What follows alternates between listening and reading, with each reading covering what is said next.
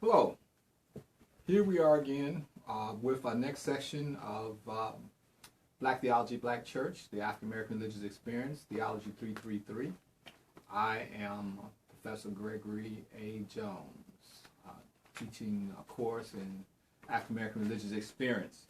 We're going to talk about this session. We're talking about the issues that impacted the African American community, church community after the Civil War. So we're going to deal with basically four major issues. I talked to you last time about us touching base on these issues, and we are going past the Civil War into the Reconstruction time. And we're going to look at basically four issues that impact the African American church after the Civil War. The first one is going to be the rise of the Ku Klux Klan and Nathan Bedford Forrest's activity in the Klan. The second will be the Jim Crow Southern laws that were put in for separate accommodations from the free African Americans. The third will be sharecropping as a form of economic development that was utilized for the free blacks. And the fourth one will be the Great Migration that moves African Americans from the South to the North. So we're going to talk about those. We're going to try to get those four things in today and look at their impact on the African American church. Blacks were fleeing basically when they migrated. They were fleeing domestic violence authored by the Ku Klux Klan, seeking education, seeking jobs and employment, housing, and avoiding the Jim Crow laws. But we want to see how African Americans get to that point and how that impacts the church, because the church actually moves from the rural South to the North. There's a parallel movement of the African American church from the South to the North as this great migration takes place. But we want to look at the impacts of these issues after Reconstruction or during Reconstruction that impacts this movement.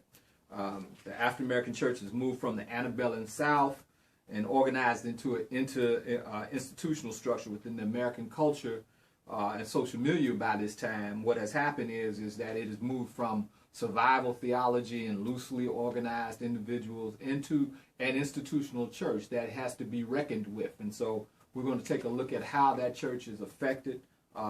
It moves from a posture of providing and producing and protecting its community to a posture of being able to give voice to resistance against white racism and institutional racism in American culture, American society. We must remember that the process of coming to America by African Americans begins about in the mid 16th to early 17th century. And now, less than 2 centuries of struggle for survival, resistance, and liberation from slave labor capitalism, African Americans have moved from this organization and disoriented group of folks to a point of being able to, in some very profound and prophetic ways, begin to raise serious issues with this issue of slavery and slave labor capitalism.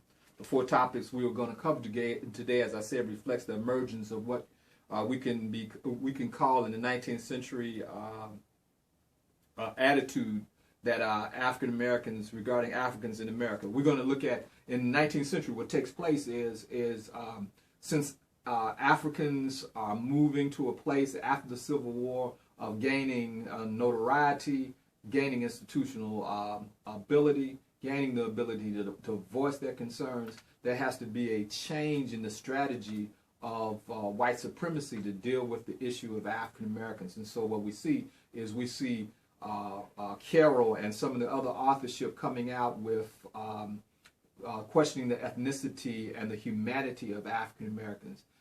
You see anthropological studies coming out in the 19th century after the Civil War, asking whether or not, is the Negro human? How do you deal with the ethnicity of something that's less than human, less than civilized? So we see all this emergence of ethnic studies, anthropological studies, and some scientific studies that suggest that the African is a beast, that the African is less than human.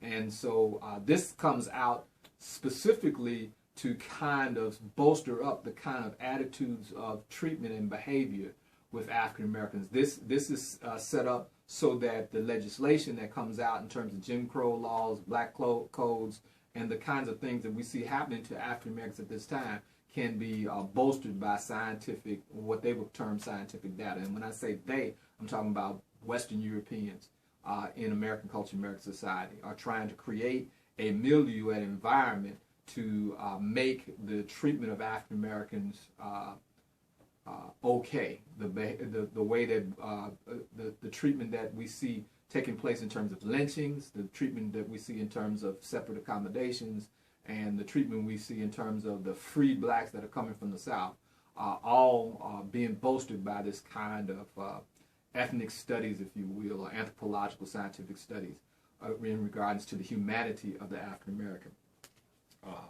The first thing we're going to take a look at, we're going to look at the issue. The first issue I want to look at is the Ku Klux Klan. Basically, it impacts the church development. The Klan is 6 members organized, basically 1865, 1866, those kinds of time periods. 6 members organize a veterans group to stop the devastation that the Reconstruction era is taking place. It's organized in Pulaski, Tennessee. We see General Nathan Bedford Forrest being a part of some of that organization. In fact, he was made Grand Wizard in 1869. It was supposed to originally be just a self-help for veterans.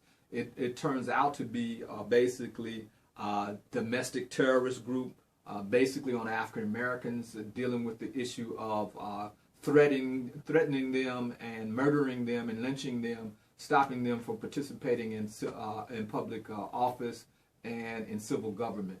We see the Ku Klux Klan rise, and the Klan actually has been organized several times. We see the first period of its development in 1865 to 1874. The second period is 1915 to 1944, and the third period is 1950 to 1970. And the final is the 1970s to the present. The Klan is still very much active in American culture, American society. It still is a secret society. It's looked at as the hooded club, so to speak, and it's still very active in American culture, American society. The second impact that we see of the African American church is sharecropping, the use of freed slaves now in economic labor. What happens with sharecropping is basically the freed slaves have no place to go. They are uneducated. They have no jobs. People are pushing them off the land. The way that they are bonded back to the land is through sharecropping.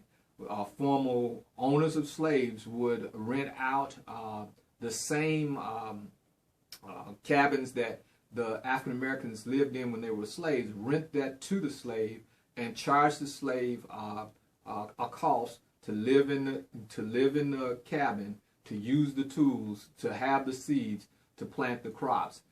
Blacks stayed on the land, worked the land, but most of the profits from the crops that they planted were kept. And so each year, the freed slave would have to stay on the land in order to pay off their bill. And so it's kind of like a earlier version of check for cash, if you understand what I'm talking about. You always are paying more out than you're getting in, and this was something that bounded the freed slave to the land. And so blacks were caught in a trap there economically.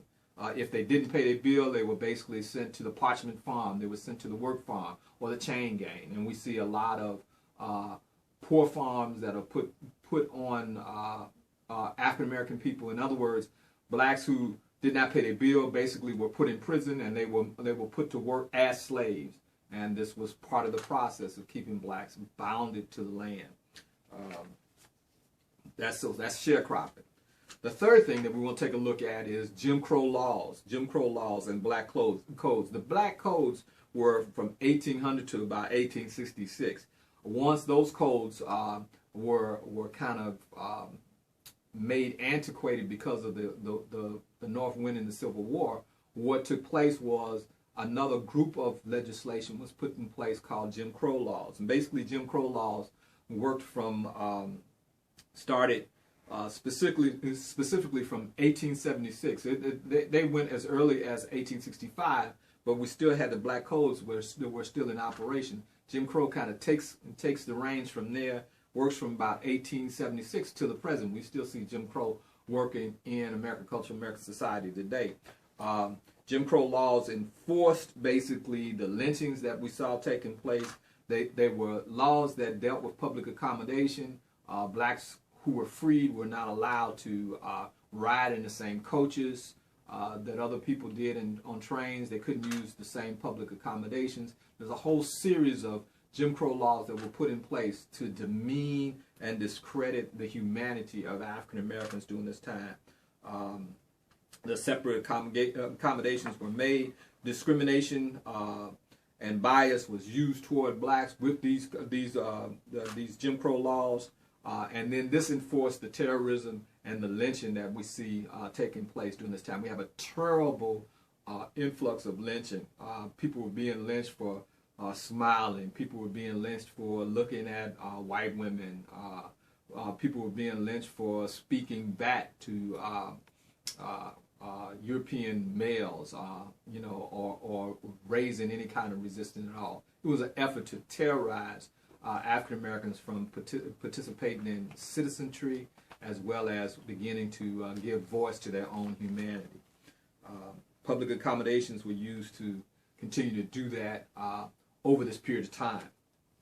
Okay, African Americans were free from slavery, but exploited by sharecropping, terrorized by lynching and torture from the Ku Klux Klan to such extent, and the Jim Crow laws, till they begin to think, why should we stay in the South? Why should we stay in the South? So we see blacks moving, literally deciding, picking up their parcels and possessions and moving and going to the North. Blacks were uneducated, with no jobs, housing provided, trying to deal with this whole issue of domestic terrorism and Jim Crow laws, and just simply said, well, we need to just get out of town. What we need to do is move from the South to the North. And so that brings us to our fourth piece in response to this particular overture of horrific behavior by American culture, American society on African Americans who have put so much time, energy, effort, and blood, sweat, and tears in building this country. They were being treated again in a horrific way. And so blacks began to migrate from the South to the North. African Americans left the South to the northern and western regions of the United States from 1900 to about 1930. There was actually a couple of black migrations that were taking place. The first one was right after the Civil War. The second one was right at the turn of the century. And there was even a third migration that we could look at as recently as the late 1940s, early 50s. Jim Crow laws, they were fleeing basically Jim Crow laws, black codes, domestic terrorism, lynching, and they were seeking housing, education, and employment in the North. Most African Americans still are connected by family to the rural South. My family, for example, is from Louisiana.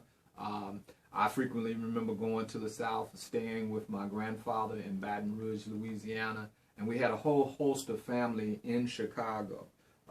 Basically, blacks left Florida, Mississippi, Louisiana, Arkansas, and Tennessee, and they were at basically the Great Lakes area, New York, St. Louis, Detroit, Chicago, Cleveland, those cities.